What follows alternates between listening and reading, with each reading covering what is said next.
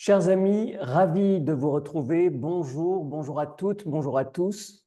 Bienvenue à ce nouveau webinaire Actu Santé Filieris dans un contexte d'expansion d'éthique et de leurs pathologies associées, de la maladie de Lyme bien sûr, mais aux autres infections émergentes. Il est essentiel de faire le point sur les avancées diagnostiques, thérapeutiques et préventives pour adapter au mieux nos pratiques quotidiennes. Bref, quoi de neuf sur les maladies vectorielles à tiques? Et pour nous éclairer, nous avons l'honneur d'accueillir un expert reconnu sur le plan national, le professeur Yves Hansmann, responsable du service des maladies infectieuses et tropicales au CHRU de Strasbourg et coordonnateur du centre référence des maladies vectorielles à tiques de l'Est. Il nous livrera aujourd'hui les actualités les plus récentes issues de la littérature et bien sûr de son expérience clinique quotidienne. Merci, professeur Hansmann, pour votre participation. La parole est à vous. Merci beaucoup, docteur Ali Bekbakbon, de me donner la parole. Bienvenue à tous. Effectivement, Mohamed Ali Bekbakbon m'a demandé de vous présenter les nouveautés, les actualités sur les maladies vectorielles à tiques. Je vais partager mon écran. Comme ça me permettra de m'appuyer sur une présentation. Voilà, on va juste voir si tout fonctionne sur le plan technique.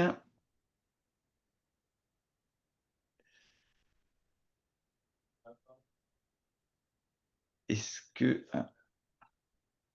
C'est peut-être pas le bon écran. vous avez On l'écran, a un non? écran, mais ça ne doit pas être le bon. Ah, c'est pas le bon. Alors attendez, j'ai dû faire une petite erreur. Hop.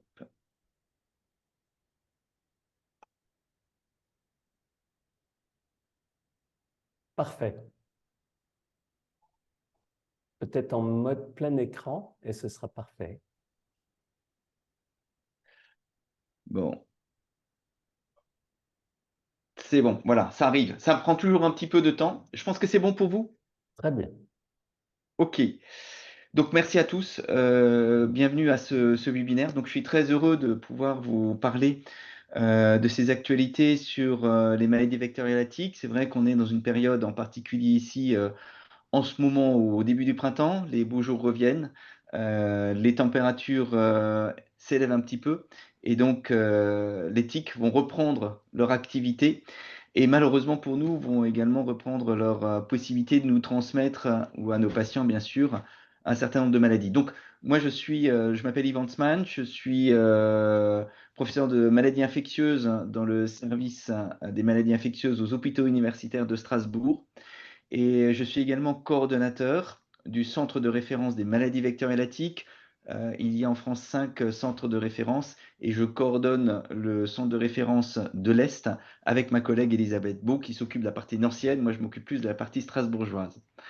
Nous sommes totalement impliqués dans cette problématique des maladies vectorielles à tiques. Et je vais donc vous parler beaucoup de maladies de Lyme parce que c'est la maladie la plus connue et également la plus fréquente. Mais comme l'a dit Dr Becbacbon, on va aller un petit peu plus loin également pour aborder en fin de présentation d'autres maladies vectorielles à tiques qui, à mon avis, sont importantes à connaître, même si elles sont beaucoup plus rares, mais qui permettent éventuellement d'aller un petit peu plus loin et puis de faire quelques diagnostics intéressants auprès de nos patients. Alors, quand on parle de quoi de neuf, c'est qu'on va parler évidemment d'actualité. L'actualité sur cette thématique, c'est en particulier les nouvelles recommandations donc, qui ont un petit peu plus d'1 an maintenant, qui ont été publiées suite au groupe de travail qui a travaillé avec l'HS auquel j'ai participé, donc qui ont été publiées en février 2025. C'est un document qui est, on va dire, assez dense, qui s'appelle Borréliose de Lyme et autres maladies vectorielles lactiques, avec des fiches de synthèse qui On me permettent voyait? plus Ça allait rapidement ma d'accéder à un certain nombre présentation? d'informations. Pas du tout. Mais je vais beaucoup m'appuyer sur ce document pour essayer d'en faire une synthèse et de l'intégrer dans ce qui, à mon avis, peut être une démarche diagnostique en particulier sur la maladie de Lyme, puisque c'est une maladie dont on parle beaucoup, qui suscite aussi un certain nombre d'interrogations et même de polémiques, je pense qu'on peut le dire d'emblée. Et pour moi, disons, l'un des problèmes principaux autour de ces maladies vectorielles, mais en particulier autour de la maladie de Lyme, consiste à bien identifier le diagnostic. Et les médecins de premier recours, les médecins généralistes en particulier, ont un rôle extrêmement important. Et je vais beaucoup axer ma présentation sur l'importance de la démarche diagnostique, de façon à pouvoir orienter les patients au mieux, de les prendre en charge évidemment, ou de voir à quel moment il faut les orienter vers des spécialistes pour que la prise en charge puisse être faite dans des conditions optimales. Donc, beaucoup de choses sur la démarche diagnostique, qui est le point de départ de la réflexion que je vous propose. Donc, je vais pas réinventer la médecine. La démarche diagnostique, c'est celle que probablement la plupart d'entre vous, d'entre nous, on applique au quotidien. Mais il est toujours bon de se rappeler justement ces bonnes pratiques autour de cette démarche, avec une approche qui est centrée sur les symptômes. On part des symptômes, donc de ce que nous donnent comme information les patients, et c'est ça qui nous permet, disons, d'élaborer ces hypothèses diagnostiques qui nous permettront aussi, évidemment, de proposer une prise en charge thérapeutique. Or, dans cette démarche diagnostique, il y a d'emblée un point qui est important sur la borréliose de Lyme, c'est de pouvoir bien identifier les symptômes qui nous intéressent, les symptômes d'importance qui vont nous orienter dans les démarches, puisque les patients ont tendance à parler de tout ce qu'ils ressentent sans avoir la capacité de faire le tri et de hiérarchiser ces symptômes dans leur cadre de leur réflexion. Et donc d'emblée, je pense que le rôle du médecin, l'un des rôles du médecin, c'est d'identifier les symptômes qui doivent faire évoquer une borréliose de Lyme, ceux qui peuvent faire évoquer une borréliose de Lyme, et je vais revenir là-dessus pour mettre un petit peu plus de détails, et également les symptômes qui peuvent faire rejeter le diagnostic de borréliose de Lyme. Donc avec les éléments qui nous sont fournis par le patient, pouvoir déjà faire un tri et resituer l'importance du diagnostic différentiel dans cette démarche-là, et évidemment des examens complémentaires, et je vais vous parler également de sérologie, qui est l'examen biologique qui est le plus important dans la maladie de Lyme, pour voir comment on peut intégrer les résultats de ces examens complémentaires dans notre démarche diagnostique et faire une proposition pour nos patients. Globalement, on va rentrer dans le cœur du sujet. La borréliose de Lyme, globalement, on décrit trois composants du diagnostic. Ce sont encore des choses très, très générales, mais qui sont importantes à avoir à l'esprit. Il faut bien sûr une piqûre de tique. Alors celle-ci peut passer inaperçue. Si je la cite ici, c'est surtout pour dire que la piqûre de tique peut passer inaperçue et que l'absence de piqûre de tique ne permet pas d'éliminer le diagnostic de maladie de Lyme. Par contre, quelqu'un qui est très peu exposé, je pense à des personnes, parfois des personnes âgées par exemple, qui ne sortent plus de leur appartement, eh ben, ils ne vont pas avoir de risque de contracter cette maladie puisqu'il n'y a pas d'exposition. Après, le deuxième élément, ce sont les symptômes cliniques sur lesquels je vais évidemment revenir et détailler de façon assez précise. Et puis, le troisième composant, c'est le test sanguin qui consiste en la sérologie, qui est assez discuté, voire même décrié, et sur lesquels je vais essayer de vous apporter des éléments assez clairs qui permettent d'en faire une interprétation facile et pas forcément toujours facile à intégrer dans l'ensemble de la démarche diagnostique, mais on va voir ça ensemble. Donc, premièrement, pour avoir une vue d'ensemble de ce que donne la borréliose de Lyme, j'utilise ici des documents qui sont issus du document des recommandations de la HAS sur les maladies vectorielles lactiques. Ce schéma a pour objectif de vous donner un coup d'œil pour vous dire qu'est-ce qu'est la borréliose de Lyme, c'est-à-dire quels sont les symptômes cliniques qui sont associés à cette infection. Euh, et je crois que c'est important d'avoir un petit peu cette notion parce qu'elle n'est pas toujours très claire dans l'esprit des gens. Alors, ce document, cette image, il faut la lire avec une première colonne qui est notée ici. Donc, c'est vraiment l'évolution chronologique de la borréliose de Lyme avec cette ligne au centre qui montre bien la chronologie des faits. On part évidemment du J0 qui est la piqûre de tique, et puis il se passe en général un certain temps qui est le temps d'incubation, globalement entre quelques jours à 30 jours, et qui peut aboutir à la première phase de la maladie de Lyme, qui est la phase qu'on parle aussi de phase localisée ou de phase précoce, qui est, représentée par l'arrivée de l'érythème migrant, qui est une phase dont le diagnostic pardon, est spécifiquement clinique. Alors évidemment, je vais revenir là-dessus pour vous montrer des érythèmes migrants. Je crois que c'est toujours très important de vous donner cette vision qui vous permet d'avoir une idée un petit peu globale de ce que peut représenter cet érythème migrant. Mais si cet érythème n'est pas diagnostiqué ou si l'érythème migrant n'est pas vu, ça peut arriver parce qu'il y a parfois des formes très discrètes, je vais vous en montrer quelques exemples. Et ben, si on continue, si on laisse évoluer la maladie, l'infection va évoluer vers une phase disséminée précoce qui est représentée ici par cette deuxième colonne qui survient en général après, on va dire, quelques semaines après la piqûre de tique, voire quelques mois après cette piqûre de tique, avec deux points d'appel ou trois points d'appel, un point d'appel neurologique avec la méningo-radiculite, un point d'appel articulaire avec les arthrites et un point d'appel cutané que je vais vous détailler tout à l'heure. Et là encore, si le diagnostic n'est pas fait à ce stade et si la prise en charge n'est pas proposée, c'est-à-dire que s'il n'y a pas de traitement antibiotique, l'évolution pourra se faire vers une phase disséminée tardive qui peut survenir. Vous voyez, j'ai mis ici au centre du schéma M6, donc qui peut survenir globalement 6 mois après la piqûre de tique, ou même qui peut continuer pendant plusieurs mois, voire plusieurs années après la piqûre de tique. Tant que cette maladie n'est pas traitée, elle peut continuer à évoluer. Et là, on a des formes très prolongées, très tardives, avec soit des manifestations neurologiques, soit des manifestations articulaires, soit des manifestations cutanées sur lesquelles je vais revenir également. Et dans ces formes disséminées précoces et disséminées tardives, les symptômes cliniques, puisque je parlais de la démarche, de l'importance de la démarche diagnostique, ces symptômes cliniques sont bien présents, mais ne sont pas suffisants pour affirmer le diagnostic. Donc autant dans la phase localisée précoce, l'érythème migrant nous permet de faire un diagnostic sur des éléments cliniques, autant dans la phase disséminée précoce et tardive, nous avons besoin des examens complémentaires, que ce soit la sérologie, mais également d'autres examens complémentaires, avec en particulier des ponctions, que ce soit articulaires ou des ponctions lombaires, qui permettront d'affirmer la présence d'une inflammation et la présence de la bactérie. Donc tout ça nous mène déjà à, vous voyez, une démarche diagnostique qui peut être qui peut aller assez loin dans les prélèvements, en particulier dans les prélèvements qu'il faut réaliser. Donc ça, c'est simplement pour illustrer un petit peu, mais je vais passer un petit peu plus vite. Donc, manifestation clinique de la maladie de Lyme, c'est un point qui est extrêmement important, puisque je reviens à notre démarche diagnostique qui est vraiment centrée sur ces éléments-là. C'est vraiment le point de départ de notre démarche et qui nous permet de faire nos hypothèses diagnostiques. Donc, pour que ce soit bien clair, je vais parler d'érythème migrant, de signes de neuroborréliose et de signes de borréliose articulaire.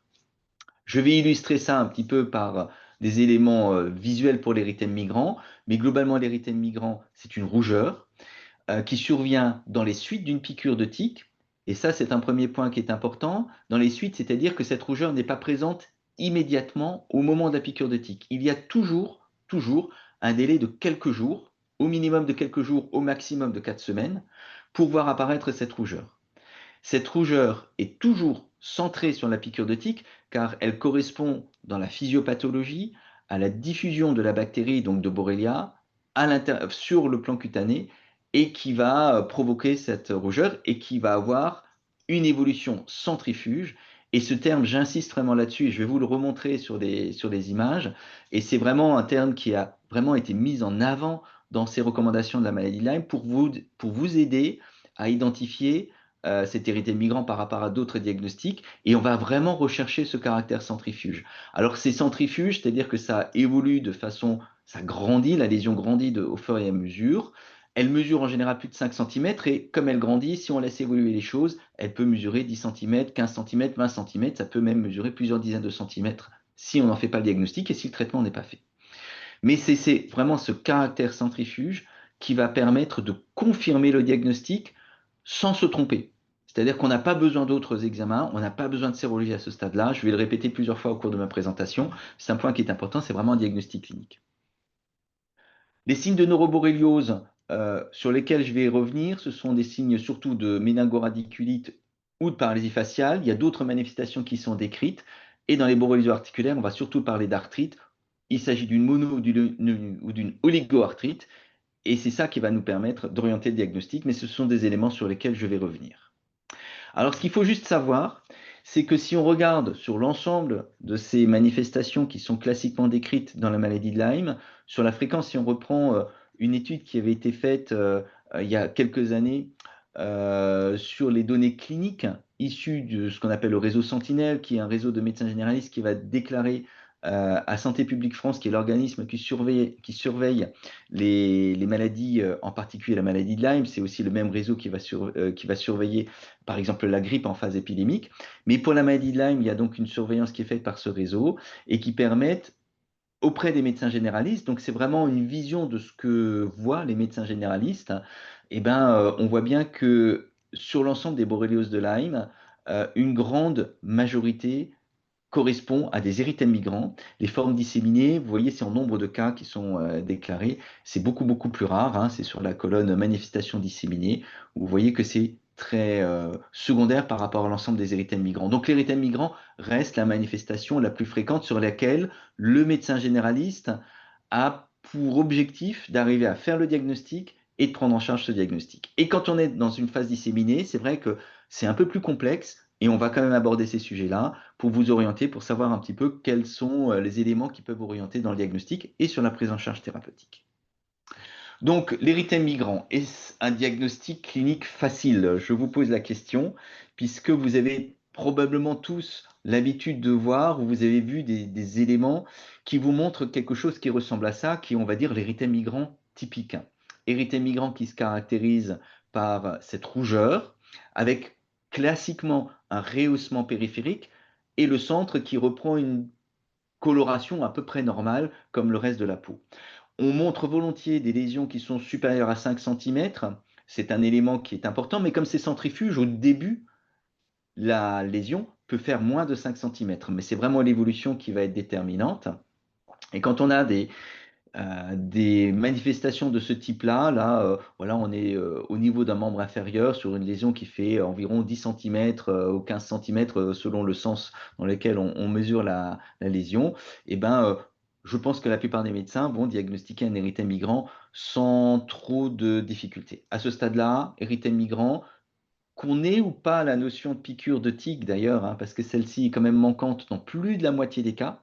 Mais si on a une lésion érythémateuse, on va dire globalement annulaire, c'est-à-dire avec le rehaussement périphérique, et qui est d'évolution centrifuge. Alors l'évolution, évidemment, il faut demander aux patients si eux, ils ont vu que ça grandissait, et je vous montrerai quelques exemples tout à l'heure de ce que ça peut donner en vitesse d'évolution. Mais quand on a ces éléments-là, même en l'absence de piqûre de tique, on a des éléments très forts pour dire que c'est un érythème migrant, et on va pouvoir proposer un traitement, je vous en parlerai tout à l'heure, mais là, il n'y a pas de suspense, hein. Le traitement, ça reste des antibiotiques, la doxycycline en première intention, l'amoxicilline en deuxième intention. Maintenant, il existe des formes un petit peu différentes, donc moi, je vais pas, on peut multiplier les exemples à l'infini, et l'objectif n'est pas de faire tout le tour de toutes les formes d'érythème migrant. Là, je vous en ai mis quelques-unes qui vont être, on va dire, un petit peu atypiques. Tout ça, ce sont des érythèmes migrants, ce sont des photos personnelles, donc ce sont des photos de patients que j'ai vus. On a des petits protocoles également qui permettent de confirmer que c'est des érythèmes migrants. On fait de la recherche là-dessus. Donc, je vous montre des patients chez qui on a identifié Borrelia dans la peau sur des biopsies cutanées, ce qui n'est pas recommandé en routine. Mais vous voyez, vous avez cette image ici qu'on peut taxé d'images en cocarde, avec un centre qui est un petit peu plus rehaussé ici, qui est à l'endroit de la piqûre de tique. Autour, c'est un peu plus clair, et puis de nouveau cet érythème qui est autour. Ce n'est pas toujours très, très rond, hein. Ça peut être, vous voyez ici, très ovalaire. Parfois, on a également des formes un petit peu moins régulières, hein. Mais ça, c'est un érythème migrant typique avec une forme plus en cocarde puisqu'il y a plusieurs zones quelque part qui sont concentriques et qui sont de coloration différente. Vous avez également ici un érythème migrant avec un aspect plutôt purpurique. Alors, bon, là, il faudra appuyer pour voir que. Mais c'est vraiment un aspect un petit peu plus sombre. Donc, on a également ces aspects-là, mais qui gardent la forme très annulaire et qui va également toujours garder cet aspect centrifuge.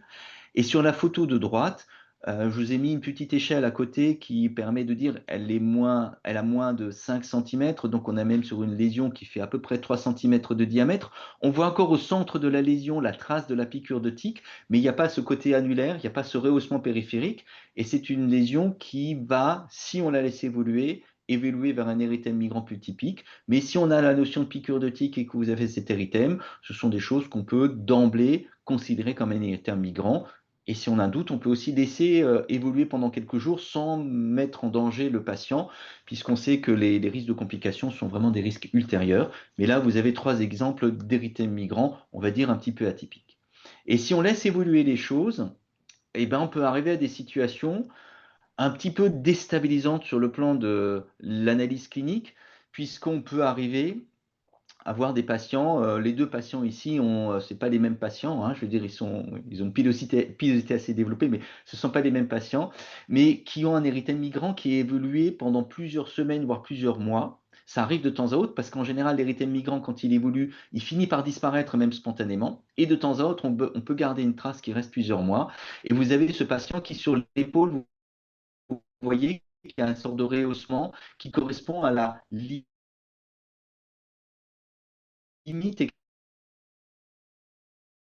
d'une tique dans la région, un petit peu du cou, dans la région cervicale. Et vous voyez que dans la zone pectorale également, on voit encore un petit peu cette rougeur. Donc, c'est un érythème migrant très grand. Et là, vous voyez un autre patient qui a un érythème migrant dans son dos qui correspond à une piqûre de tique dont il se souvenait, qui datait de 2-3 mois auparavant sur la fesse et qui a fini par grandir pour laisser cet énorme érythème migrant. Donc, vous voyez que c'est un petit peu plus déstabilisant.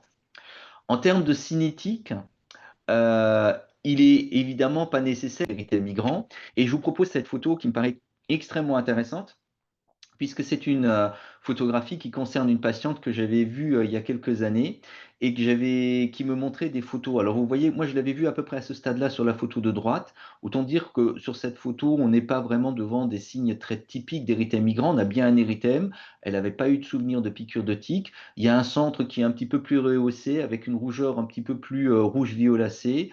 Voilà, on ne sait pas trop si ça peut être un érythème migrant ou éventuellement d'autres causes d'érythème. Et elle m'avait montré une photo qu'elle avait récupérée quelques jours auparavant, ça passe pas très bien, mais ça c'est une photo du 20 juillet et ça c'est une photo du 15 juillet, donc 5 jours auparavant, où on voit cette lésion qui est encore moins typique, mais on voit bien qu'il y a une évolution centrifuge hein, de à peu près 1 centimètre entre le 15 juillet et le 20 juillet.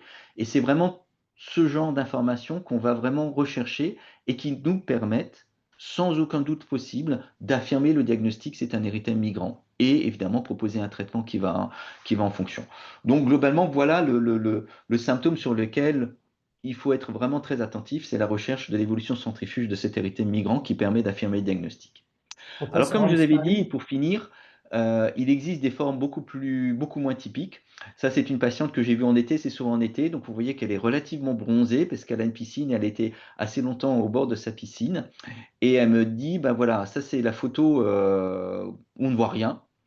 Et ben, quand on soulève ces sous-vêtements, elle me montre, ça prend un petit peu de temps à apparaître. Vous voyez, on soulève un petit peu et on voit sur sa fesse, donc c'est déjà un endroit qu'on ne regarde pas forcément très, très souvent, mais on voit sur la zone de peau qui n'est pas bronzée, qu'apparaît cet érythème qu'on voit ici, qui est assez discret mais qui est bien là, qui mesurait déjà plus de 10 centimètres de diamètre, même pratiquement 20 centimètres de diamètre, qui était bien visible.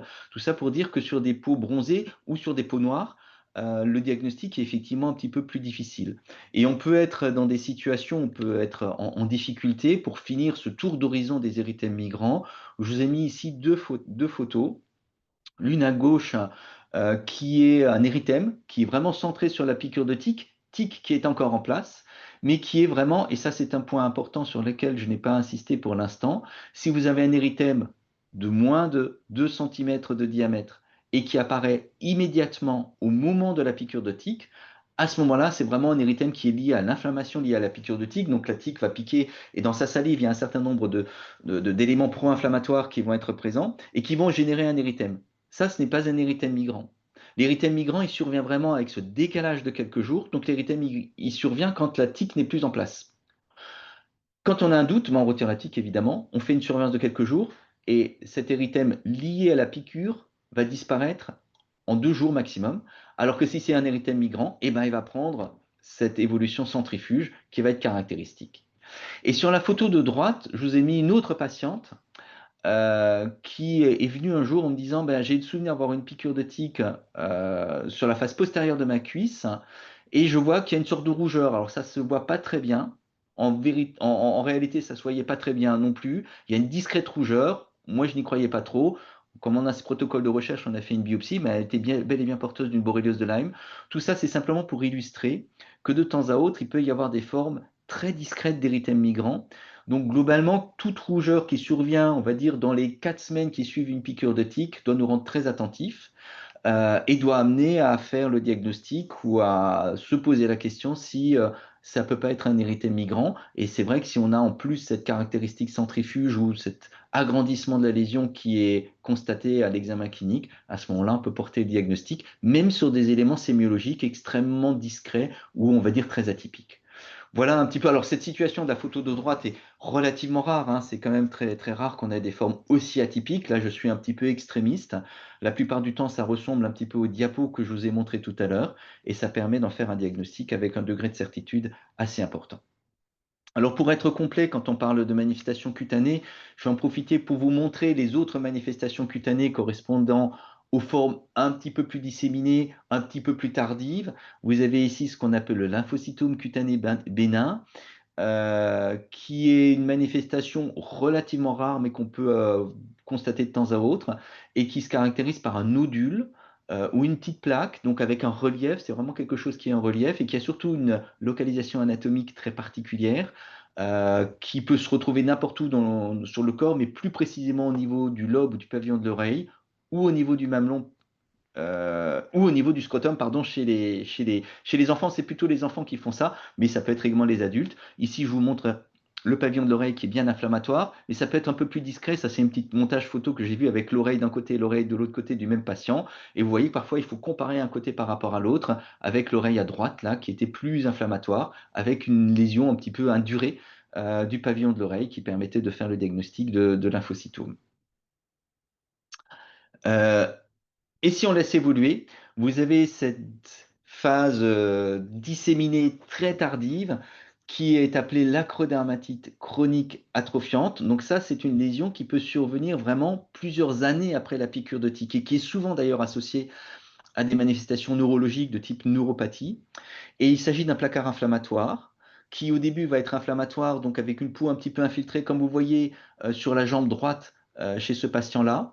Donc là, on a vraiment toute la jambe qui va être prise. C'est toujours un petit peu difficile de faire apparaître ça sur ces photos, donc il faut vraiment comparer une jambe par rapport à l'autre. Et si on laisse évoluer les choses, on va arriver vers un aspect cutané qui est un peu plus rouge ou qui peut prendre un aspect atrophique et qui peut laisser apparaître, comme ici, le réseau veineux à travers la peau. Et c'est un aspect qui est assez déroutant parce qu'on ne pense pas forcément à une acrodermatite, mais devant ces aspects-là, quand vous avez une sorte de placard ou une sorte de peau un petit peu atrophique ou avec ce réseau veineux bien visible, il faut penser au diagnostic d'acrodermatite. Alors c'est une forme tardive et là, à ce moment-là, disons le diagnostic clinique est un petit peu plus difficile. Soit il faut faire appel à un spécialiste en dermato ou en maladie infectieuse. Et puis vous pouvez également faire des sérologies là, pour vous aider dans la démarche diagnostique. Ce qui est très caractéristique chez ces patients avec une acrodermatite, c'est que la sérologie est très souvent très fortement positive et ça permet également, disons, de mettre un petit peu tous ces éléments en valeur pour affirmer le diagnostic. Donc voilà, c'est sur les formes cutanées concernant la maladie de Lyme. Alors, ce que je vous propose, c'est de continuer. Donc, on a vu cette manifestation cutanée primaire qui est l'érythème migrant. Je vais revenir tout à l'heure sur la démarche diagnostique et sur les traitements proposés, avec en particulier les traitements qui vont être déterminés par le stade évolutif de la maladie. Mais comme on est dans la démarche diagnostique, comme mon idée, c'était vraiment de vous emmener de cette démarche diagnostique, admettons qu'on n'a pas fait le diagnostic au stade de forme cutanée, au stade d'érythème migrant. Et donc, on peut avoir soit des manifestations neurologiques, soit des manifestations articulaires. Donc, je vais un petit peu détailler les manifestations neurologiques qui peuvent être en rapport avec la maladie de Lyme, avec deux types de symptômes qui sont sur les deux diapositives que je vais vous montrer là tout de suite. avec tout d'abord les symptômes qui doivent faire évoquer une neuroborréliose. Alors j'ai souligné le mot doivent, euh, et ensuite je vais vous montrer les manifestations qui peuvent faire évoquer une neuroborréliose. Alors un petit point pourquoi j'ai utilisé ces deux verbes et cette façon d'exprimer les choses, parce qu'il me semble, et c'est vraiment des choses qui sont bien déterminées, les symptômes qui sont associés en particulier aux formes neurologiques de la maladie de Lyme sont des symptômes qui sont très très vastes. Il y a beaucoup de symptômes qui sont identifiés et qui peuvent être associés à une maladie de Lyme. Pour autant, il y a certains symptômes qui sont beaucoup plus importants que d'autres, qui sont des symptômes plus caractéristiques, qui n'ont pas la spécificité de l'érythème migrant, donc qui ne permettent jamais à eux seuls d'affirmer le diagnostic, c'est-à-dire qu'il faudra toujours s'appuyer sur des examens complémentaires, en particulier la sérologie bien entendu, pour orienter le diagnostic. Mais dans la démarche du médecin de premier recours, il me semble très important de pouvoir identifier des symptômes évocateurs pour lesquels, dans nos hypothèses diagnostiques, il faut mettre en avant la maladie de Lyme qui peut provoquer ces symptômes-là. Donc il y a surtout, on va dire, un grand symptôme qu'on appelle les méningoradiculites. Alors une petite explication, méningoradiculates, c'est le terme, on va dire, consacré pour définir ces symptômes-là. Euh, pour le médecin de premier recours, le côté méningé va être totalement invisible. Donc on va parler plutôt de radiculite, c'est-à-dire qu'il n'y aura pas de fièvre, il y aura parfois des céphalées, mais il n'y aura quasiment jamais de syndrome méningé. Et c'est vraiment les manifestations radiculaires, et comme on ajoute le préfixe it pour dire radiculite, ce seront des manifestations avec des caractères inflammatoires qu'on peut récupérer à l'examen clinique, qu'on peut à l'interrogatoire, qu'on peut identifier à l'interrogatoire. Et c'est donc une inflammation des racines nerveuses. Alors ça peut être toutes les racines nerveuses, les racines des paires crâniennes, au niveau thoracique, ou au niveau abdominal, ou au niveau des membres. Donc ça peut être, et c'est souvent les formes les plus fréquentes, des manifestations de type névralgique ou de type sciatalgique quand c'est les membres inférieurs, avec des douleurs radiculaires qui ont un caractère neuropathique, c'est-à-dire que ce sont des douleurs à caractère rebelle, typiquement insomniantes survenant la nuit sans avoir de lien avec un effort particulier, qui sont accompagnées de manifestations sensitives, de paresthésie, de dysesthésie qui peuvent être extrêmement gênantes. Les patients expriment souvent ça sous forme de décharge électrique. Et c'est vraiment ces douleurs-là qui auront un caractère aussi très localisé, seront selon un métamère qui correspondra à la racine ou aux deux ou trois ou quatre racines qui ont cette atteinte inflammatoire. Et donc on a cette radiculite ou cette pluriradiculite qui va être caractéristique de la maladie de Lyme. Donc c'est vraiment des éléments qu'il faut chercher, une douleur radiculaire avec des caractéristiques de douleur neuropathique et une localisation globalement sur un territoire radiculaire, avec des caractéristiques inflammatoires, c'est-à-dire qui surviennent sans raison, souvent plutôt au repos, donc en particulier la nuit. Donc voilà la caractéristique, les caractéristiques sémiologiques. Alors bien entendu, c'est parfois difficile de faire la part des choses avec une sciatique qui peut être liée également à, par exemple, une hernie discale. Et la caractéristique clinique de la radiculite ne suffit pas à elle seule d'affirmer la corrélation avec une borréliose de Lyme. Donc, mais ça permet d'orienter. Et puis, vous avez une atteinte assez particulière qui est une atteinte de la septième paire crânienne, donc qui peut provoquer une paralysie faciale. Et la maladie de Lyme est une des causes de paralysie faciale périphérique. Alors, la cause la plus fréquente, ça reste les paralysies faciales périphériques à frigorée, mais on considère que globalement, la maladie de Lyme est la deuxième cause de paralysie faciale. Et donc, devant toute paralysie faciale périphérique, il faut envisager le diagnostic de neuroborréliose. Euh, Tout particulièrement chez l'enfant, c'est un peu plus fréquent chez l'enfant que chez l'adulte. Et donc, toute paralysie faciale périphérique justifie la réalisation au moins d'une sérologie sanguine systématique, ou parfois d'une ponction lombaire, hein, ça peut aller jusque-là, ou parfois d'un traitement quand la sérologie est positive, ou quand vous avez une succession d'événements comme par exemple un érythème migrant dans l'antécédent récent qui date de moins de 3 mois et la survenue d'une paralysie faciale. À ce moment-là, disons, le diagnostic est quasiment certain, le diagnostic est offert sur un plateau et on passe d'emblée à la sérologie, mais surtout à la phase thérapeutique pour soigner ces patients-là. Donc voilà les manifestations qui doivent faire évoquer une neuroborréliose. Deuxième temps, pour la neuroborréliose, il y a tout le reste. Tout le reste, c'est les manifestations qui peuvent faire évoquer une neuroborréliose, c'est-à-dire ces manifestations-là que j'ai listées ici peuvent éventuellement aboutir à un diagnostic de neuroborréliose. Mais ça peut être lié à beaucoup, beaucoup, beaucoup d'autres choses. Et donc là, la démarche, c'est vraiment d'intégrer la neuroborréliose dans vos hypothèses diagnostiques, mais sans les mettre en première hypothèse et sans négliger tous les autres diagnostics différentiels. Donc le listing est très long. J'ai noté l'hypertension intracrânienne chez l'enfant, donc des céphalées. Chez l'adulte, il y a parfois des formes médulaires qui sont très graves, hein. Les myélites aigus liés à la neuroborréliose, ce sont des formes qui ont un très mauvais pronostic, qui régressent en général relativement peu, mais qui sont très très rares, vraiment, voire même exceptionnelles. Mais ça arrive. Et je pense que c'est un des éléments qui fait toute la gravité de la maladie. Et puis ceux dont on parle beaucoup, beaucoup plus souvent, ce sont soit des formes centrales, alors on parle d'encéphalite ou d'encéphalomyélite chronique, qui s'expriment souvent par des tableaux assez mal définis. Alors j'ai mis par exemple des troubles cognitifs, des troubles à concentration. Il y a très très rarement, mais ça peut arriver, il y a très très rarement des formes d'encéphalite avec des atteintes motrices. Il existe de temps à autre des vascularites qui ont été décrites secondaires à la maladie de Lyme qui peuvent se manifester comme un accident vasculaire cérébral. Là, on est vraiment dans les raretés. Par contre, ces formes d'encéphalite avec une sensation de ralentissement intellectuel, de ralentissement psychomoteur, de troubles de la concentration, ça, ce sont des choses qui sont assez souvent rapportées par les patients, mais qui restent des éléments très, très subjectifs, dont l'interprétation est parfois très difficile, mais qui, parfois, peuvent faire amener à se dire, mais est-ce que la maladie de Lyme ne peut pas jouer un rôle là-dedans? Et à nous, à ce moment-là, d'essayer de récupérer les informations sur des antécédents, que ce soit de piqûres de tigre, d'érythème migrants, et éventuellement envisager la réalisation d'une sérologie quand on a des arguments pour ça. Même chose pour les neuropathies.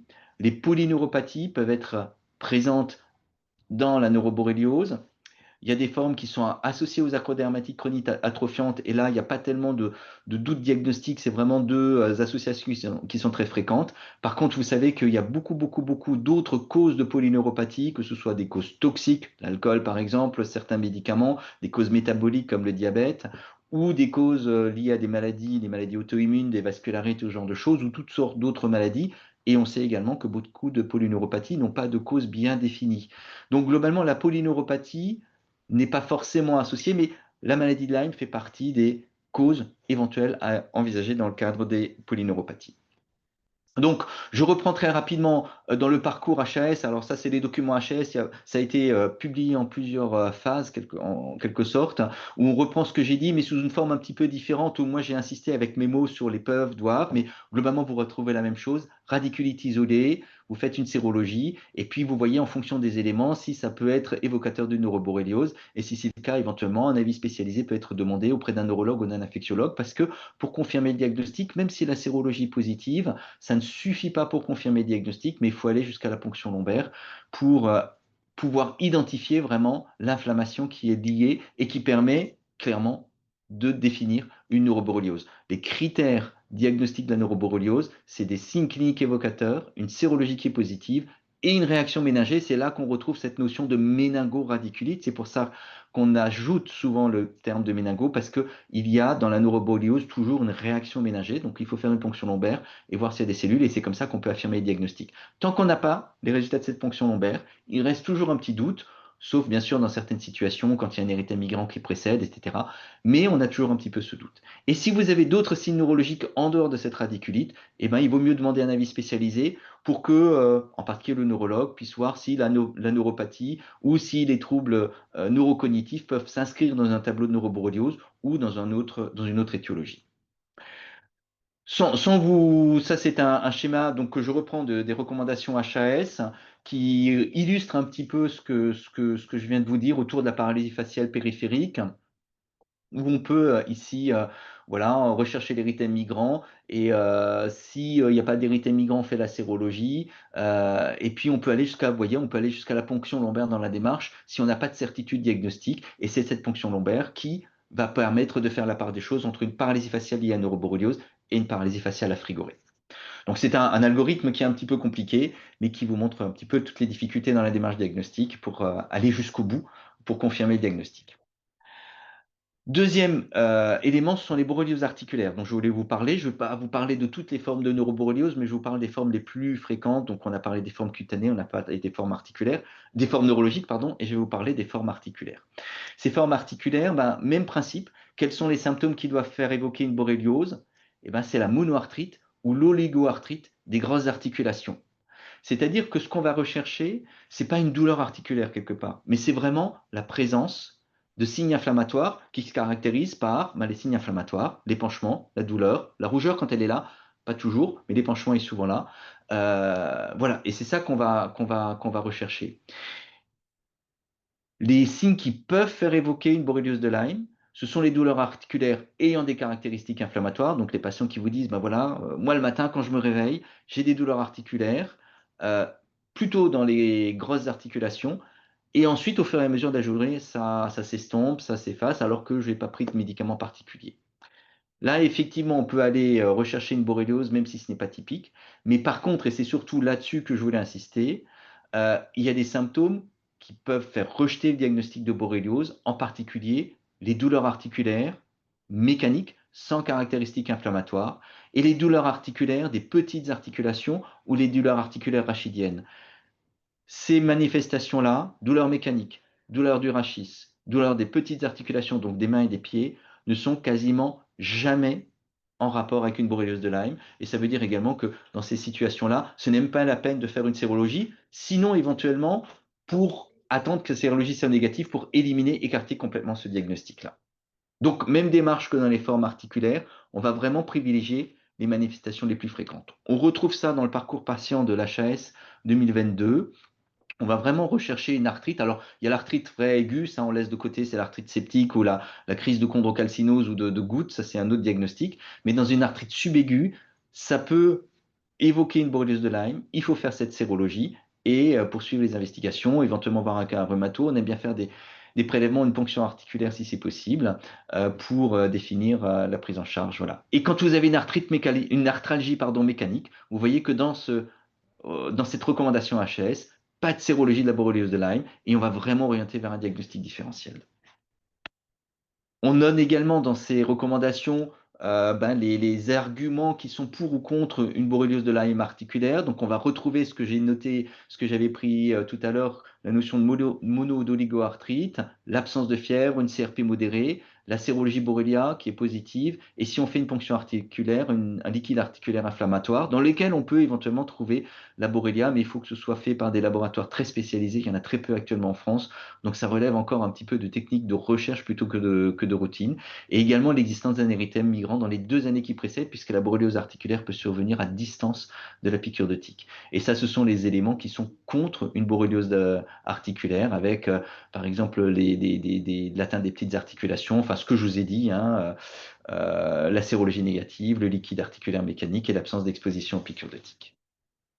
Donc globalement, si on veut aller au bout maintenant de cette étape de démarche diagnostique avant d'aborder la sérologie, vous avez la confirmation du diagnostic qui peut être faite donc, par la sérologie, qui peut être négative au début. Donc, globalement, si vous avez une forme précoce, en particulier un érythème migrant ou éventuellement une forme neurologique précoce qui survient dans les 6 semaines qui suivent ou moins de 6 semaines après la piqûre de tique, la sérologie peut être négative et peut être prise en défaut. Dans les autres situations, pour confirmer le diagnostic, si vous avez une manifestation neurologique ou articulaire avec une sérologie positive, la confirmation passera obligatoirement par une ponction lombaire ou une ponction articulaire quand ça peut être fait. Et si on ne le fait pas parce que ça arrive régulièrement qu'on ne puisse pas le faire, eh ben on reste un petit peu dans un certain doute diagnostique.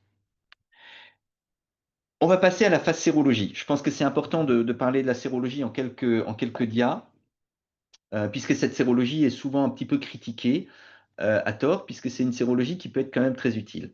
Donc la sérologie, je rappelle que c'est vraiment l'identification d'anticorps dans le sang, donc une technique de diagnostic dite indirecte, c'est-à-dire qu'on ne met pas en évidence la bactérie. Ça, je le dis très très souvent à mes patients, parce qu'eux, ils voient un résultat de sérologie où il y a marqué sérologie positive, et ils disent, ben voilà, le test est positif, j'ai une maladie de Lyme. C'est pas si simple. Si le test est positif, ça veut dire qu'il y a des anticorps. Ces anticorps peuvent être liés à une infection ancienne, cicatricielle, y compris une infection guérie. Et on a beaucoup, beaucoup d'anticorps dans le sang, y compris pour des infections qui sont plus actives, qui correspondent à des traces sérologiques d'infection, parfois guérie ou parfois évolutive. Donc globalement, nous, tout ce qu'on peut tirer comme conclusion, c'est présence d'anticorps. Et c'est pour ça qu'il est très important de mettre en parallèle la présence de ces anticorps avec des signes cliniques, et que si ces signes cliniques sont évocateurs de maladie de Lyme comme on les a définis, à ce moment-là, on va pouvoir dire qu'il y a probablement une maladie de Lyme. Pour rentrer un petit peu un peu plus dans le détail, ces anticorps, donc on a deux types d'anticorps, pas deux types d'anticorps, on a deux types de techniques, pardon, pour identifier les anticorps, la technique ELISA et la technique Western blot. Globalement, le laboratoire va d'abord vous faire une sérologie de type ELISA, qui est un examen qui est standardisé, automatisé, facile à faire, avec très très très peu de modifications d'un laboratoire à l'autre. C'est assez fiable, mais c'est très sensible. C'est-à-dire, ça va détecter des anticorps, même quand ils sont là à des taux très faibles. Et plus un examen est sensible, et plus il perd en spécificité, c'est-à-dire que parfois il peut trouver des résultats faussement positifs qui correspondent à des traces un petit peu d'anticorps qui ne sont pas forcément liées à la maladie de Lyme. Donc globalement, cet ELISA va être fait en première intention par le laboratoire, et s'il est positif, eh ben pour justement contrecarrer cet excès de sensibilité, le laboratoire va faire un Western blot dont l'objet va être de confirmer l'ELISA, et le Western blot est censé être plus spécifique, c'est-à-dire que si le Western blot est positif, on va dire c'est bel et bien une sérologie qui est positive. Si le Western blot est négatif, ça va remettre en question la positivité de l'ELISA, et on va considérer que la sérologie va plutôt être négative. Le problème du Western blot, c'est qu'il y a une certaine variabilité entre les trousses qui sont utilisées d'un laboratoire et l'autre, et on n'a pas toujours des résultats concordants, et ça met un petit peu le doute, et c'est encore quelque chose qui mérite un petit peu qu'on s'y attarde et qui a encore besoin d'être plus précisé pour avoir des examens un petit peu plus fiables. Un petit point sur cette sérologie, on nous sollicite très souvent pour des résultats IgM positifs, puisque là, pour l'instant, je ne vous ai pas parlé d'IgG, d'IgM. Normalement, dans une borréliose, si je reviens là-dessus, dans une borréliose tardive ou précoce disséminée, on s'attend à avoir la présence d'immunoglobulines de type G. C'est vraiment ça qui va déterminer si on est dans une phase disséminée. Les IgM qui sont un peu plus précoces, en fait, une très très mauvaise valeur diagnostique. C'est ce que je veux illustrer avec cette diapositive-là. En fait, ces IgM ont très mauvaise valeur prédictive positive. C'est-à-dire qu'il y a énormément, je vais vous montrer ça, énormément de faux positifs là sur cette enquête, sur cette étude, pardon. Sur 181 positifs en IgM, il y en a 50 qui correspondaient à des faux positifs, donc à des maladies qui n'étaient en aucun cas en lien avec la maladie de Lyme. Donc globalement, la valeur prédictive positive, elle est chiffrée ici à moins de 20%. C'est-à-dire que si vous avez un résultat IgM positif, vous avez plus de 80% de risque qu'en fait, vous êtes en face d'un patient qui n'a pas une maladie de Lyme. Donc globalement, nous, on a décidé de laisser tomber les IgM puisqu'ils ne sont pas assez spécifiques, et ça n'a plus d'intérêt de le faire. Donc globalement, on va vraiment utiliser les IgG qui ont une bonne sensibilité, une bonne spécificité, avec les tests en deux temps, ELISA, Western blot, comme je l'ai dit. Et pour ceux qui ont envie d'avoir des chiffres plus précis, je vous ai tiré ici un tableau justement aussi des recommandations HAS, où on met toutes les sérologies, la sensibilité de la sérologie. Donc il faut regarder la colonne sensibilité ELISA ici. Et globalement, ce qui est important de comprendre, c'est que plus on avance dans la maladie, plus on a des stades disséminés, disséminés précoces ou disséminés tardifs, et plus la sensibilité de la sérologie va être très très bonne. Donc, l'érythème migrant, la sensibilité est mauvaise, donc on ne fait pas de sérologie pour l'érythème migrant, on se fie uniquement à notre sens clinique. Dans les neuroborrélioses précoces qui évoluent depuis moins de 6 semaines, la sérologie à une sensibilité moyenne, vous voyez, entre 67 et 85% selon les études. Et dès qu'on arrive dans des formes qui évoluent depuis plus de 6 semaines, la sensibilité s'approche des 99%, que ce soit dans les formes neurologiques, comme dans les formes articulaires, ou dans les formes cutanées, où elle est quasiment à 100%. Globalement, ça veut dire quoi en pratique? Ça veut dire que si vous avez un patient qui a plus de 6 semaines d'évolution de ces symptômes-là, et que ce patient a une sérologie qui est négative, à ce moment-là, vous pouvez lui dire, monsieur, madame, vous n'avez pas de maladie de Lyme, puisque la sensibilité est très bonne et que le test ne risque pas de se tromper. Donc globalement, voilà, pour faire la synthèse, érythème migrant, diagnostic uniquement clinique, pas de sérologie, neuroborréliose, ponction lombaire pour confirmer, ponction articulaire pour la borréliose articulaire, et très mauvaise valeur prédictive positive de la sérologie, quand il y a des symptômes qui sont atypiques, parce que on a beaucoup de patients, quand on fait des séroprévalences, dans certaines régions, en particulier par exemple chez nous en Alsace, il y a 15 à 20% de la population dans les zones rurales qui peut avoir des sérologies positives parce qu'ils ont été contactés au contact de Borrelia et la plupart en ont guéri, même souvent d'eux-mêmes, puisqu'on peut avoir une immunité qui est suffisante pour en guérir tout seul. Donc voilà. Alors, je crois que je prends un peu trop de temps par rapport, mais comme d'habitude, je vais peut-être passer un petit peu plus vite parce que là, on a la démarche diagnostique. Je vais peut-être passer un petit peu plus vite parce que je voulais vous parler quand même de traitement et me garder un petit moment. On avait dit jusqu'à 13h30, hein, c'est bien ça si je me trompe pas. Non, Donc mais je vais essayer de garder le timing pour avoir le temps un petit peu de vous parler de traitement et puis des autres diagnostics qui sont quand même assez importants. Le traitement, puisqu'on est dans les nouveautés de la maladie vectorielle à tic, ben je vais être très simple. Globalement, le traitement n'a pas changé. C'est toujours les antibiotiques qui sont le traitement de la maladie de Lyme. En première intention, c'est la doxycycline, que ce soit dans les formes cutanées comme dans les formes neurologiques ou articulaires. La posologie, je vous l'ai noté ici, c'est 200 mg par jour pour l'adulte, 4 mg kg jour si on veut l'utiliser chez l'enfant. On sait qu'on peut l'utiliser même chez l'enfant de moins de 8 ans, hein, donc là on est un petit peu plus lâche par rapport aux contre-indications classiques. Mais ce qui est nouveau, c'est que 10 jours de traitement suffisent pour la doxycycline dans les érythèmes migrants.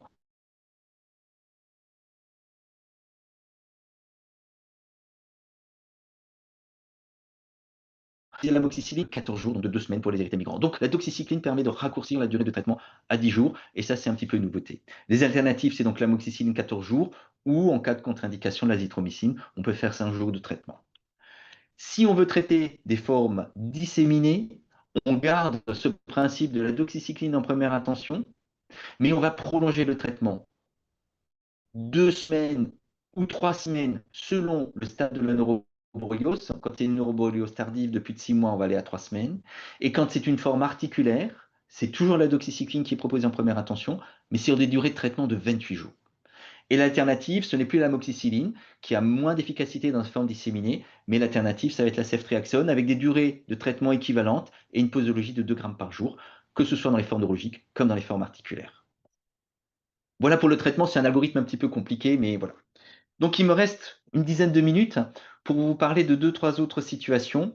Alors, je vais vous parler d'une situation qui fait beaucoup parler d'elle, qui est le PTLDS et qui est vraiment dans ce que les gens pensent être la nouveauté des recours HAS, mais on en parle depuis bien plus longtemps. Alors, ça a été défini comme PTLDS. PTLDS, ça veut dire Post-Treatment Lyme Disease Symptom. Alors, c'est défini par des manifestations cliniques qui font suite à une maladie de Lyme. Et c'est une entité qui a clairement été identifiée, c'est-à-dire que quand on est atteint de la maladie de Lyme et qu'on est traité, les symptômes cliniques vont disparaître, l'érythème migrant va disparaître, la radiculite va disparaître, mais de temps en temps, il y a d'autres manifestations qui peuvent survenir, et ces manifestations sont définies exactement par ce que j'ai noté ici. Hein. C'est pas une très belle diapo, mais j'ai repris les termes tels qu'ils sont définis pendant la recommandation. Donc vous avez un ensemble de symptômes qui surviennent dans les suites d'une borréliose de Lyme et qui se caractérisent par 3 éléments.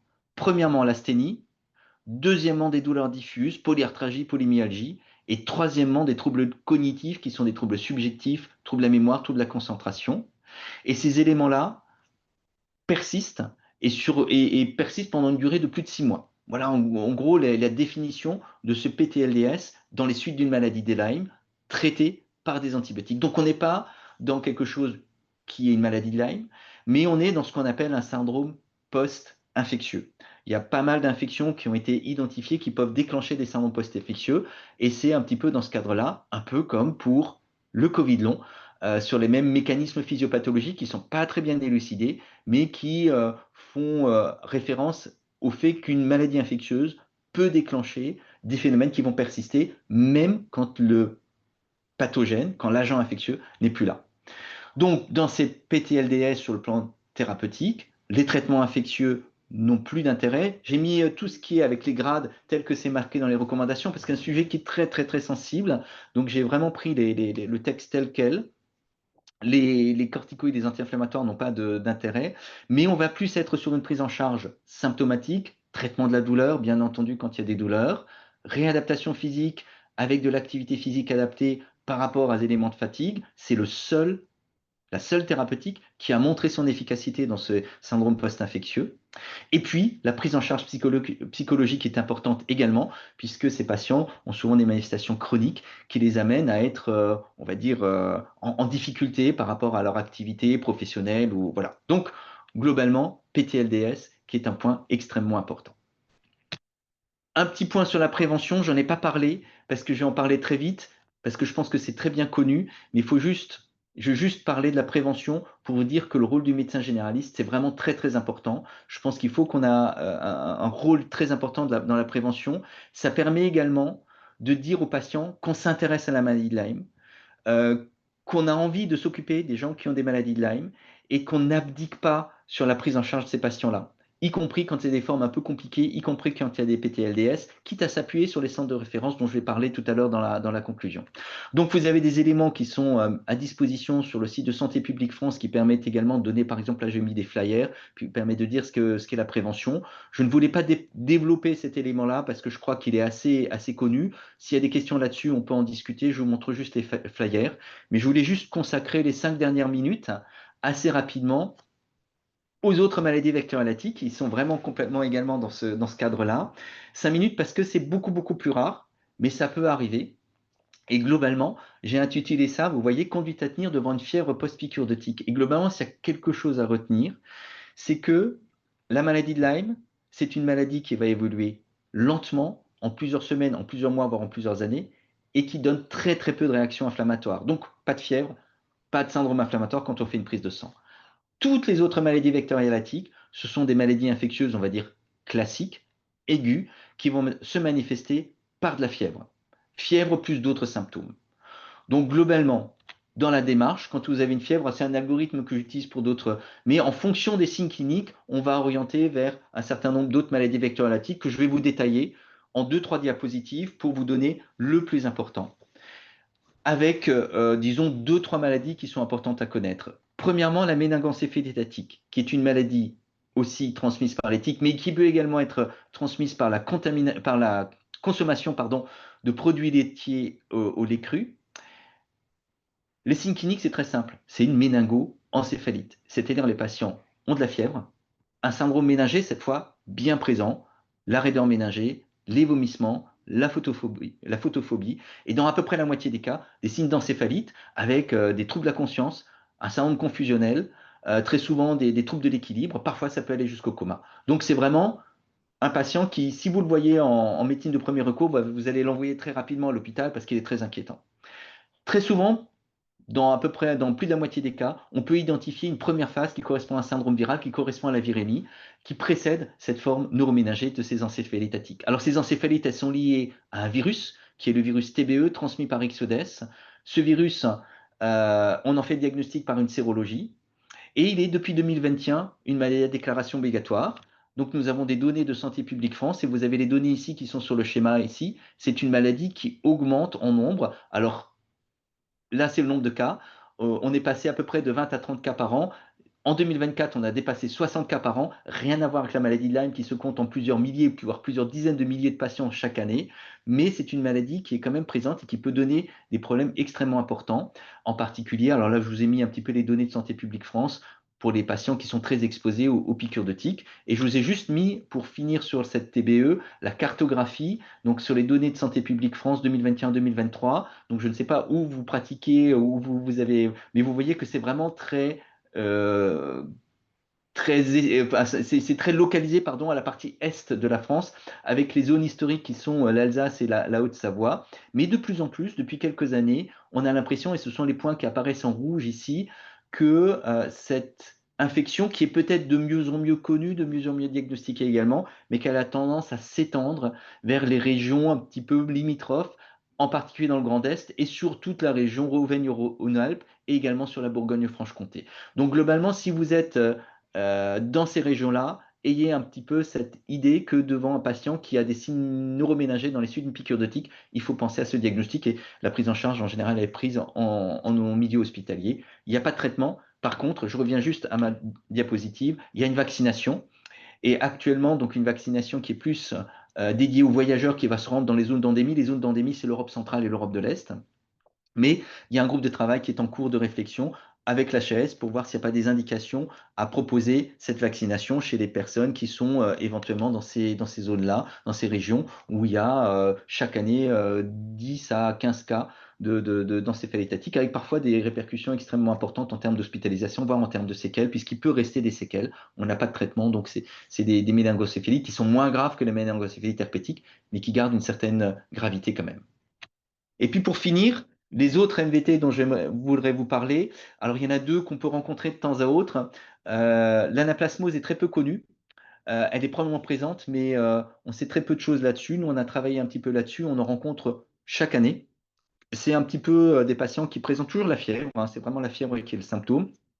Très peu d'autres symptômes qui accompagnent, c'est souvent des syndromes pseudo-grippaux avec des myalgies, des arthralgies. Et quand on fait une prise de sang, donc si vous avez des patients qui viennent vous voir avec de la fièvre et qui ont besoin d'une prise de sang, eh ben on peut identifier cette triade de neutropénie, thrombopénie et cytolyse hépatique qui est assez caractéristique, alors qu'on peut rencontrer dans d'autres infections virales, bien sûr. Et le diagnostic se fait par recherche de l'ADN de la bactérie par PCR sanguine. Malheureusement, cette recherche n'est actuellement pas à la nomenclature, donc il y a très peu de laboratoires qui la font. Mais ce qui est intéressant, c'est que ça répond très bien au traitement par doxycycline, parce que c'est une infection bactérienne.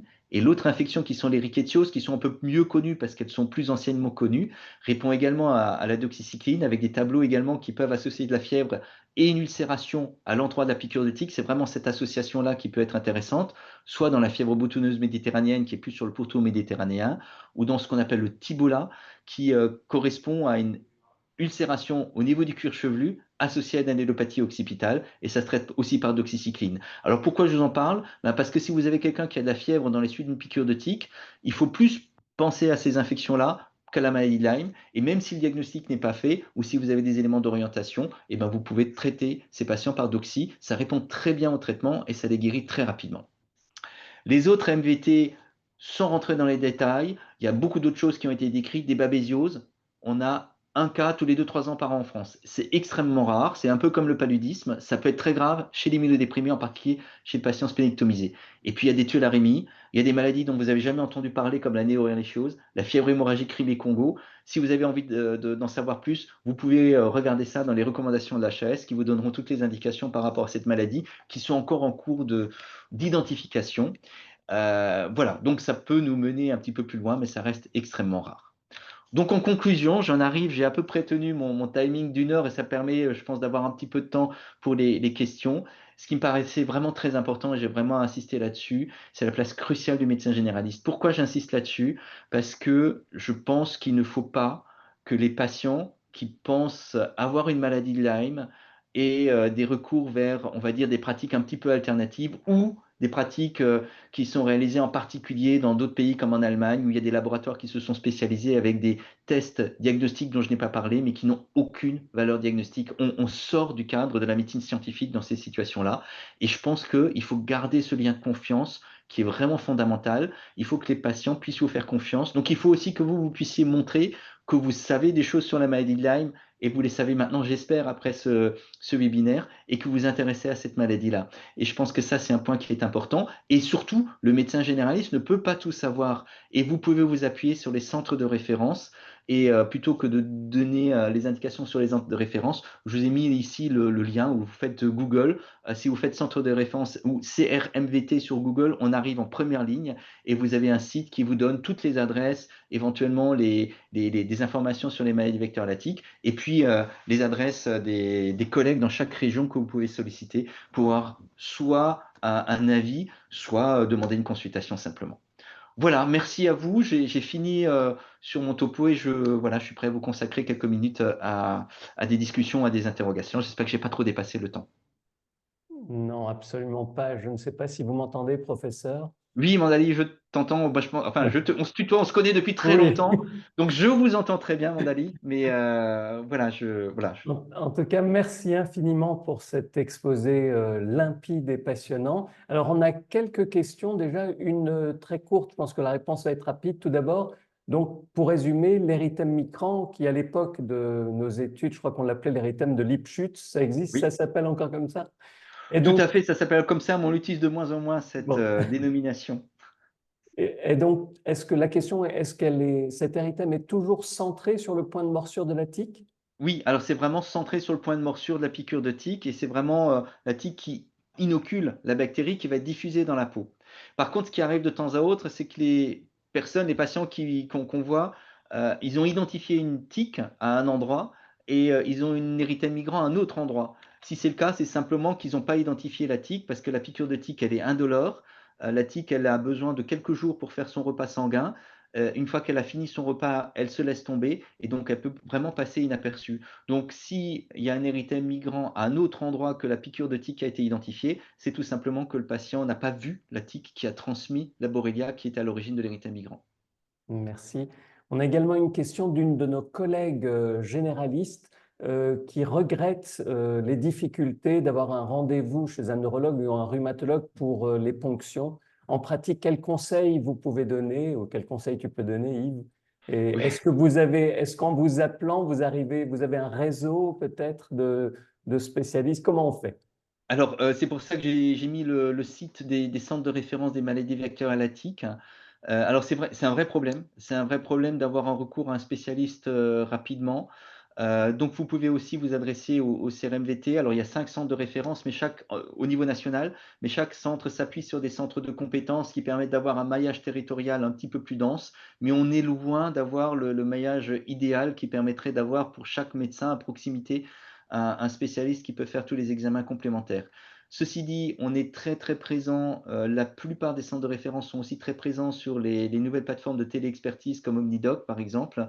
Donc ça permet également d'avoir un lien très, très rapidement et de décider si il faut effectivement aller à la ponction lombaire ou pas. Et ça permet, disons, de raccourcir aussi les durées de consultation parce qu'on a la possibilité de donner toutes les indications ou simplement quand on a un doute, on peut demander au médecin bah, avant de faire une ponction, faites donc tel et tel examen ou voilà, ou simplement nous on demande, les centres de référence sont organisés en réseau et donc nous on a accès plus facilement aussi aux rhumatologues, aux neurologues qui participent simplement au centre de référence et donc ça permet d'avoir au moins de façon distancielle un avis pour décider s'il faut faire la ponction ou pas. Très bien, merci beaucoup. Une autre question. À la fin des 10 jours de doxycycline, est-ce que l'érythème migrant doit avoir disparu complètement? Doit-on prolonger l'antibiothérapie si régression mais persistance d'une rougeur?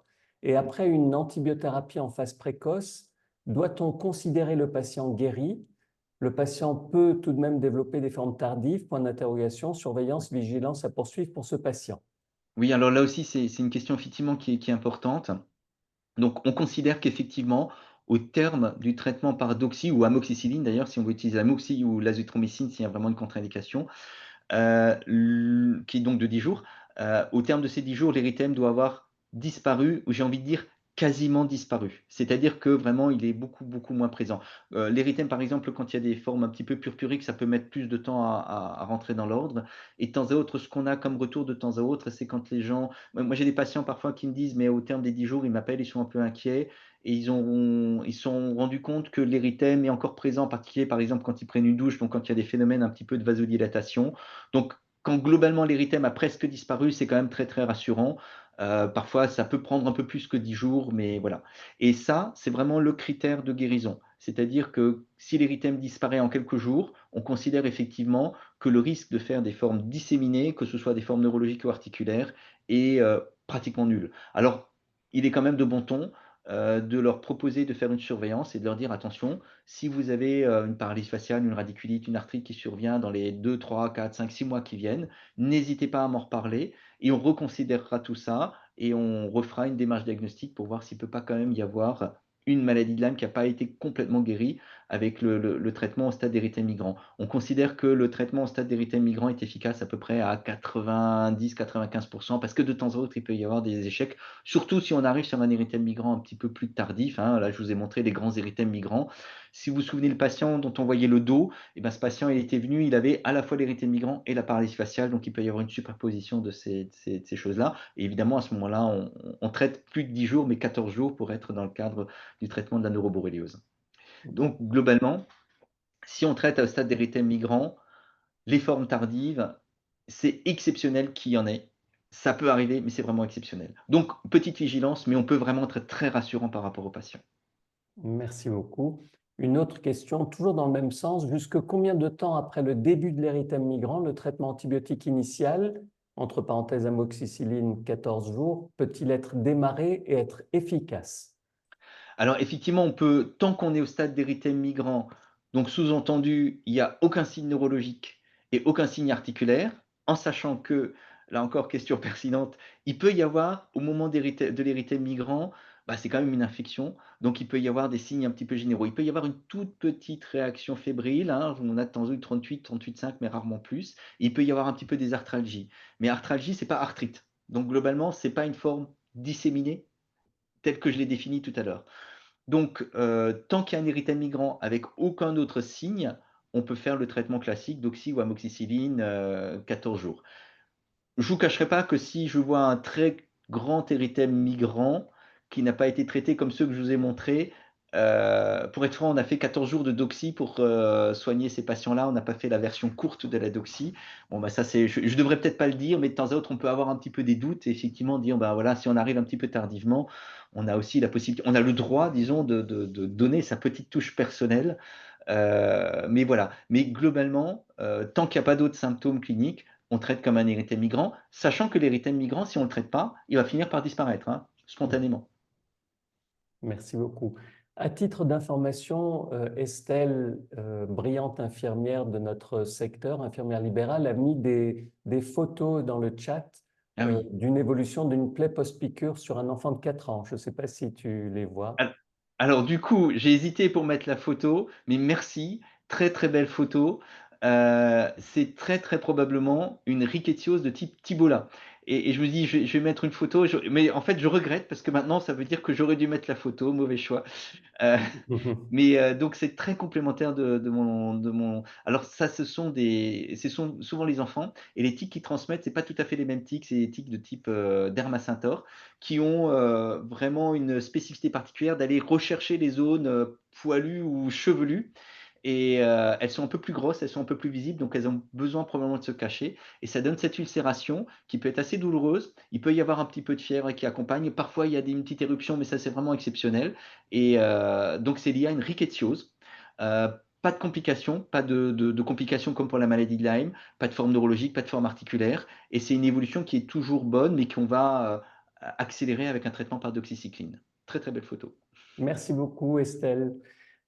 Autre question, est-ce que la maladie de Lyme confère-t-elle une immunité, Yves? Alors, malheureusement, non. Malheureusement, non. Alors, en tout cas, pas suffisamment d'immunité pour se sentir protégé une fois qu'on a fait la maladie de Lyme. Ça a été très très clairement identifié qu'on peut faire plusieurs fois la maladie de Lyme au courant de sa vie. Alors, moi, je pense quand même que à force d'être au contact avec l'éthique, on a quand même beaucoup en particulier des forestiers, par exemple, qui travaillent très régulièrement ou voire tous les jours dans les forêts, qui sont piqués pratiquement tous les jours et qui ont des sérologies souvent très positives, avec des taux d'anticorps parfois très élevés et qui n'ont jamais fait de maladie de Lyme au cours de votre vie. J'ai un petit peu la faiblesse de croire qu'ils sont un petit peu plus protégés que les autres. Donc, je pense qu'il y a quand même une part d'immunité, mais globalement, on ne peut pas compter là-dessus pour être protégé.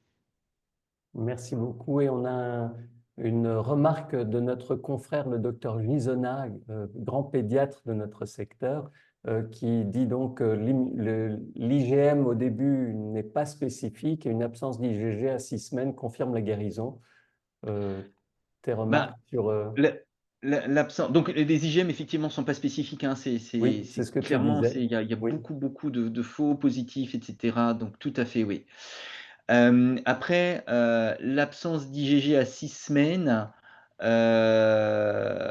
ben disons ça dépend si on se positionne après une piqûre de tique, s'il n'y a pas d'IgG à 6 semaines, c'est que probablement il n'y a pas eu de contamination, il n'y a pas eu de contact avec Borrelia, ça veut dire que probablement la tique n'a pas transmis Borrelia.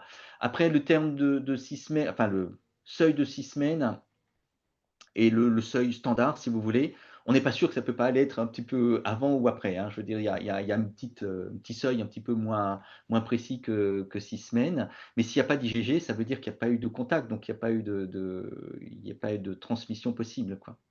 Très bien, ben, voilà, il est 45. Il est temps pour moi de vous souhaiter, avant de conclure, adresser nos sincères remerciements au professeur Hansmann pour la qualité de son intervention, la clarté de ses explications et la richesse des échanges qu'il a suscités.